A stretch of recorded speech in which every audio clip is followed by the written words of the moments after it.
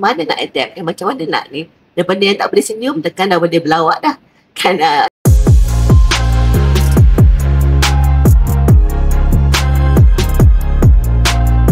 Selamat kembali ke podcast edisi khas Bicara Prihatin yang bertajuk Dari Bilik Dajah ke Dewan Kuliah Inspirasi Pelajar Autism. Saya nak tanya berkaitan pengalaman dan cabaran dari sudut pandangan Prof ataupun pada sepanjang pengalaman Prof untuk pentadbiran di Unit Khidmatan OKU di UIA. Apakah pengalaman yang tidak, you could never forget dan pengalaman tu berserta dengan cabaran-cabaran lah. Mungkin Dr. boleh kongsi. Sebenarnya banyak banyak sebab saya pun banyak belajar sebenarnya daripada pelajar-pelajar kita sendiri kan. Bukan saja Arif, kita juga ada Hadi dan ramai lagi lah pelajar-pelajar kita kan yang autism tu. Tapi antara cabarannya macam ni lah, mendapat pelajar yang ada mental age dia kanak-kanak, itu ada cabaran lah, ada cabarannya lah dan kita terima cabaran tu dan Alhamdulillah sebenarnya kita dapat kerjasama daripada banyak pihak sebab kalau kita body tadi kan bukan saja daripada kalangan pelajar tapi kita ada juga iaitu yang formal yang kita appoint, tapi kita ada juga body-body yang informal yang mereka sendiri macam volunteer themselves, nak jadi kawan pada Arif lah atau nak jadi kawan pada tu lah, pada ni kan. Jadi bila berinteraksi dengan kawan-kawan lain yang tipikal, socially dia become better.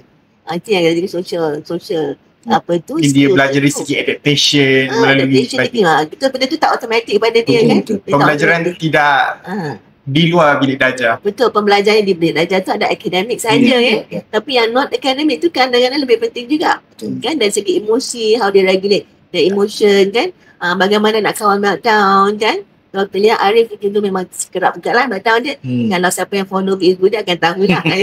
Okay, macam Mizi pun kan di UKM pun antara mereka yang rapat lah dengan Nur Arif tu.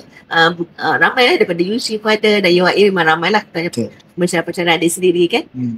Dan secara UIA tu bukan saja dari fakulti Arif pada fakulti lain pun rapat dengan dia. Jadi ramai yang rapat Jadi banyak dapat sokongan juga lah daripada masyarakat lain dan juga badis-badis yang lain lah yang informal tu kan, yang memainkan peranan yang tak kurang pentingnya lah untuk to develop orang punya karakter dan self-esteem tu. Itu antara yang mencabar lah sebab masa yang first Arif nak tahu tu macam mana saya nak handle ni kan, meltdown tu. So masa tu kita closely collaborate dengan counselling lah. Bilik counselling dengan mereka, kita ada clinical psychologist. So dia akan tak apa, biarkan dia nantikan, dia akan interview. Kalau agak-agak saya tak boleh handle tu, saya akan text lah, boleh tak tolong dia kan. So macam tak boleh manage kan. So lama-lama tu saya pun boleh manage sedikit. Kita belajar kan. So lama-lama tu Arif sendiri pun dia boleh regulate dia punya emotion. Sebab kadang-kadang tu dia orang meltdown tu sebab dia tak boleh nak communicate dia punya feelings kan. Dia tak boleh nak express. Itu yang dia translate into meltdown tu, into tantrum dan meltdown kan. Tapi bila dia boleh express dan kita ajar juga dia memaafkan. Kadang-kadang it's a form of anger tau. Bila dia rasa orang salah faham kan, orang cakap macam ni kan, dia kadang-kadang benda kecil je pun tapi dia interpret macam besar sangat.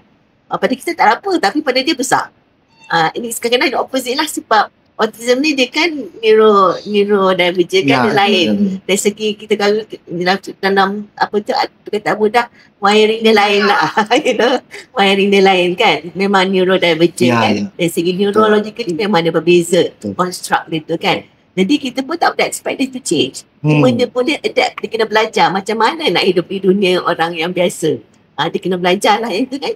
Itu saya rasa dia memang dah belajar banyak lah. Daripada projek yang lain pun dia belajar macam mana nak adapt, macam mana nak ni. Daripada yang tak boleh senyum tekan dah boleh berlawak dah kan.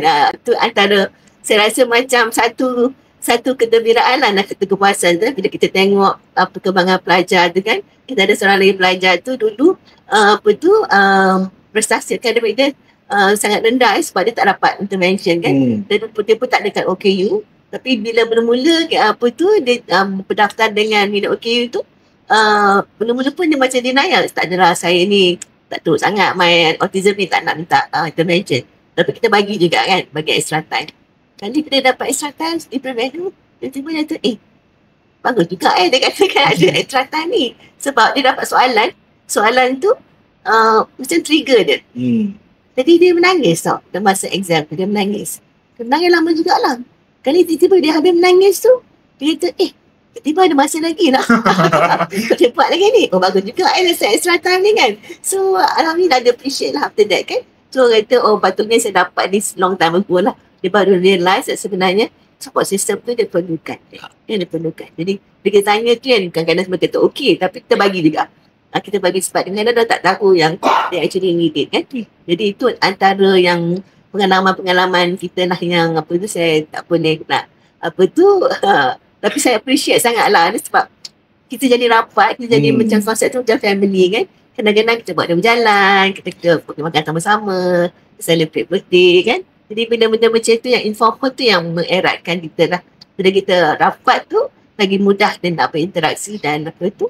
Dan apa tu bagi tahu kita lah kalau ada masalah ke apa, dia lebih mudah nak bagi tahu. Kan? Alright, terima kasih Prof di atas perkongsian pengalaman dan cabaran dari sudut pandangan di UIA. Itu baru sikit tu. Saya rasa kalau di buku kan tu Ya, insyaAllah itu betul. finish tu.